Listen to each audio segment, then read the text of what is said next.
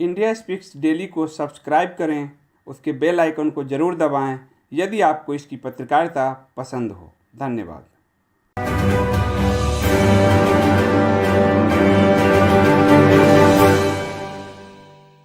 Welcome to India Speaks Daily. I am Mr. Narayankar.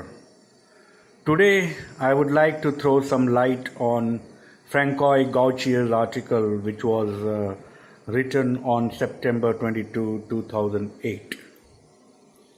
You must be well aware that Gautier is a celebrated journalist in the world and most respected.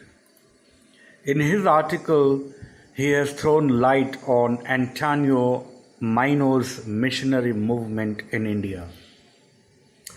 I will not tell the entire thing but give some excerpts from the piece which he has written. He then wrote, "There are certain concepts in Christianity I am proud of, like charity for others, the equality of system in many Western countries, Christ's message of love and compassion. Yet, I am little uneasy when I see how much Christianity is taking over India under the reign of Sonia Gandhi, the actual name Edwige Antonio Albina Maino. According to a 2001 census, there are about 2.34 million Christians in India. Not even 2 to 5% of the nation, a negligible amount. Yet, there are today 5 Christian chief ministers. Today means 2008. So, yet there are today 5 Christian chief ministers in Nagaland, Mizoram, Meghalaya, Kerala, and Andhra Pradesh.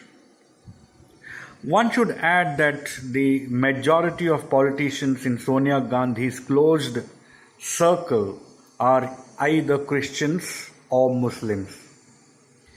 She seems to have no confidence in Hindus. Ambika Soni, a Christian, is General Secretary of the Congress and a very powerful person with close access to Antonio Maino. Oscar Fernandez is Union Program Implementation Minister. Margaret Alva is the eminence Grilsle of Maharashtra. Karnataka is virtually controlled by A.K. Antony, whose secretaries are all from Southern Christian Association. Walson Thampu, a Hindu hater, is chairman NCERT Curriculum Review Committee. John Dayal, another known Hindu baiter, has been named by Sonia Gandhi in the National Integration Council. And Kancha Ilaya, who hates Hindus, is being allowed by the Indian government to lobby with the UN and US Congress so that caste discrimination in India is taken up by these bodies. One can also add to list Ajit Jogi and Digvijay Singh, both Christian converts, and also Pranay Roy, his niece Arundhati, Susanna Roy. Gautier further writes, since she is at the top, Christian conversions in India seem to have gone in overdrive. More than 4,000 foreign Christian missionaries are involved in conversion activities across different states. In Tripura, there were no Christians at independence. There are, means in 2008, 120, a 90% increase since 1991. The figures are even more striking in Arunachal Pradesh, where there were only 1,710 Christians in 1961 but 1 to 2 million today, as well as 780 churches.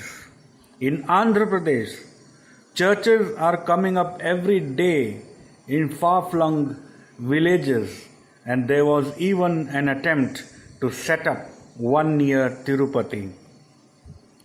Many of the Northeast separatist movements, such as the Mizo or the Bodos, are not only Christian dominated but also sometimes function with the covert backing of the missionaries. In Kerala, particularly in poor coastal districts, you find miracle boxes put in local churches. The gullible villager writes out a paper mentioning his wish: a fishing boat, a loan for a pakka house, fees for the son's schooling. And lo, a few weeks later, the miracle happens. And of course, the whole family converts, making others in the village follow suit. During the tsunami, entire Dalit villages in Tamil Nadu were converted into Christianity with the lure of money.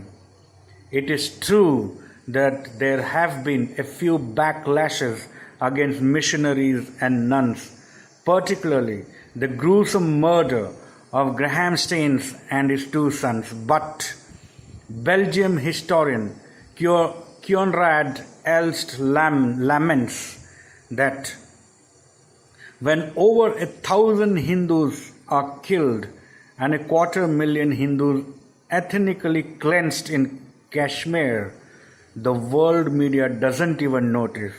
But watch the worldwide hue and cry when a few local riots take place and a few missionaries are killed by unidentified tribal miscreants.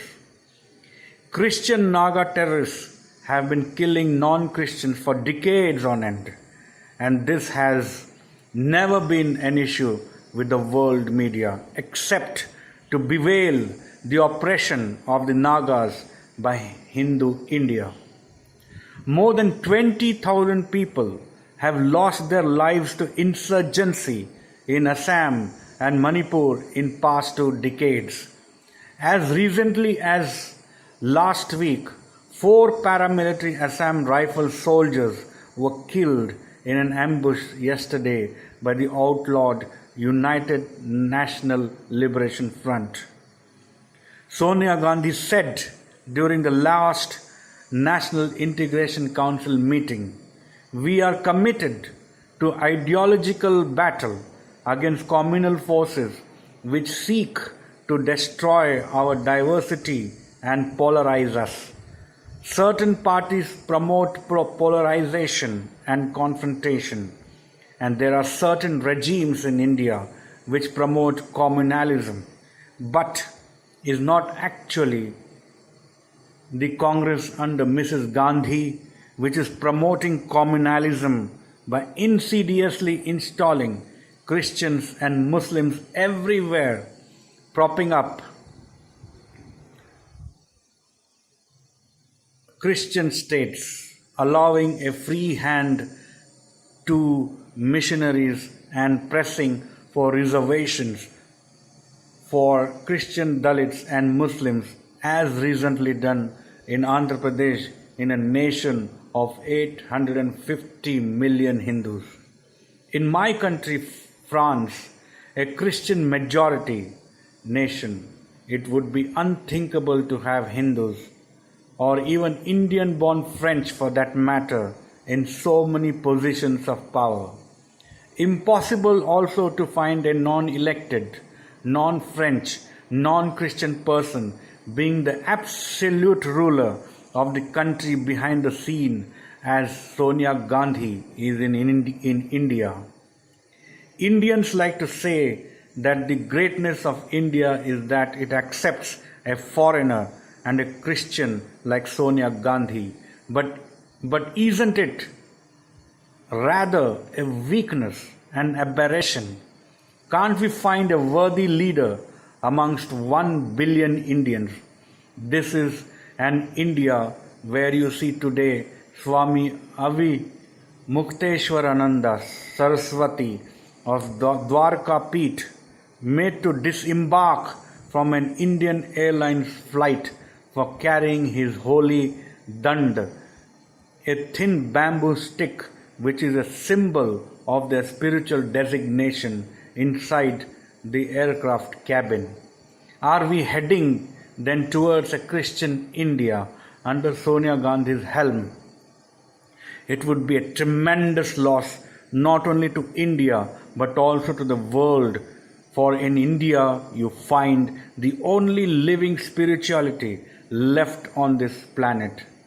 This Gautier wrote in 2008 and things have not changed yet. So wake up, Hindus, and fight against this nefarious mission of Antonio Maino. Jai Hind.